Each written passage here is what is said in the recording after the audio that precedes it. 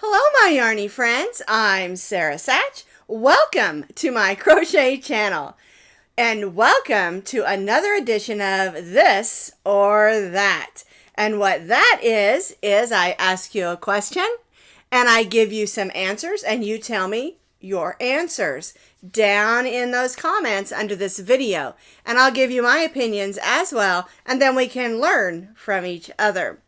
Today's question is, when you're working a pattern, you've got the written pattern in front of you, maybe you're following a video, but what you're doing isn't working out. What do you do? Scream?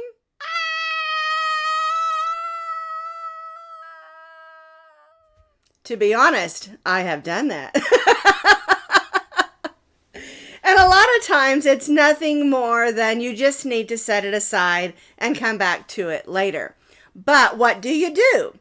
Do you, like I said, scream, throw a fit, throw it across the room? It's in the naughty corner. Okay, do you do that? Or do you contact the crochet designer of that pattern and ask them a question? I really recommend that you don't.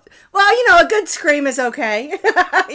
Sometimes you really need a good scream. But there are some things that you can do when you're stuck on a pattern.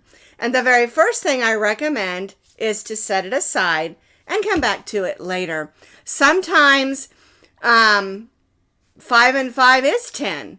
But sometimes your brain says 5 and 5 is yellow, and it just depends on what's going on in your life at the time. And so the second thing I recommend is to contact the crochet designer of that pattern. Sometimes there are honest mistakes. I mean, I've made them also.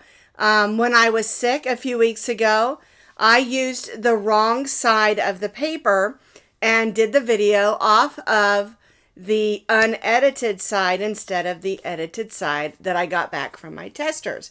And so we need to remember that not only are pattern designers human, but so are testers. And sometimes we just don't catch things. So you can contact the designer and ask about the pattern.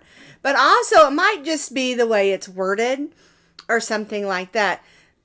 Don't let not being able to figure out a pattern be the reason that you quit crochet. I say this many, many times. Crochet is an ever growing and ever changing art, and it is an art. But sometimes we can get frustrated in our art. Another example is when the Crocodile Stitch was made really popular, everybody was doing patterns with the Crocodile Stitch.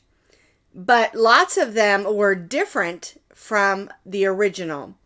And I like that because then you have different ways that it can be done.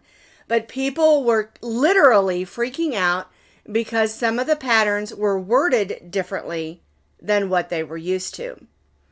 Okay? And so sometimes it is just wording. All right? That's the second thing that I recommend is, first of all, set it aside and put it in the naughty corner for a while. Maybe throw it across the room like I did. Okay, and then the second thing is to contact the crochet pattern designer. But also, when you're working a pattern, it's very important to use the yarn and the hook that the crochet designer recommends. And then you can make adjustments from there. And I say that having to do with tension because some of us are more loose crocheters. Some of us are more tight crocheters. And you may have to adjust that to get the right tension. And the other thing is always keep your tape measure handy because you can measure as you go. Don't make an entire sweater and then say it doesn't fit. Measure it as you go. If the arm is too short, you can add more rows. If it's too long, you can do less rows. And so you can adjust that as you go. When patterns are scaling out their patterns, and what that means is making sizes, it's done by measurements and stitches, of course, but not everyone is the same. And I say that because I'm short-waisted. I have short arms. And a lot of times if I go out and just buy a shirt, it's going to hit down to the tips of my fingers. And so I really like the 3/4 length shirt. And I actually found a 3/4 length jean jacket the other day, and I just love it. But a lot of people have long arms, and so that 3/4 length is going to hit them way up here. And so you can make adjustments just by simply adding rows of what you're already doing. Okay, and so that's where the tape measure comes in handy. So what I want to recommend to you is don't scream. Well, go ahead and scream. It's okay to throw a little fit, but don't give up.